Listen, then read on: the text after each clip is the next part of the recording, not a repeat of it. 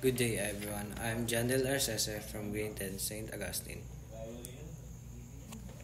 Let's explore the incredible brain and its three main parts: the cerebrum, cerebellum, and brainstem.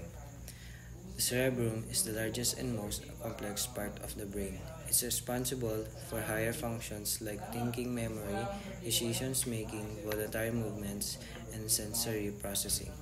It's divided into two hemispheres and four lobes. Frontal lobe controls reasoning, emotions, and voluntary movement.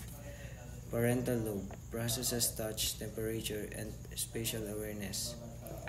Temporal lobe handles hearing, memory, and language.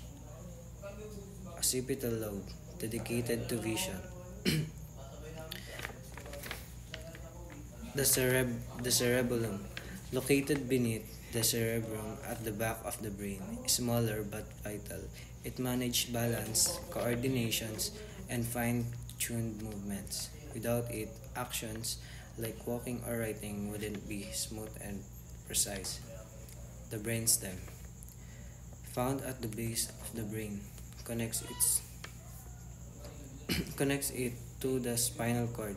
It controls life-sustaining functions like heart rate, breathing, and sleep cycles. The brainstem has three parts: midbrain, handless reflexes and related to sight and sound. Pons acts as a bridge between different parts of the brain. Medulla oblongata regulates heart and lung function. These three parts work together in harmony to control everything from basic survival to complex thoughts and movements. The brain truly is a remarkable organ.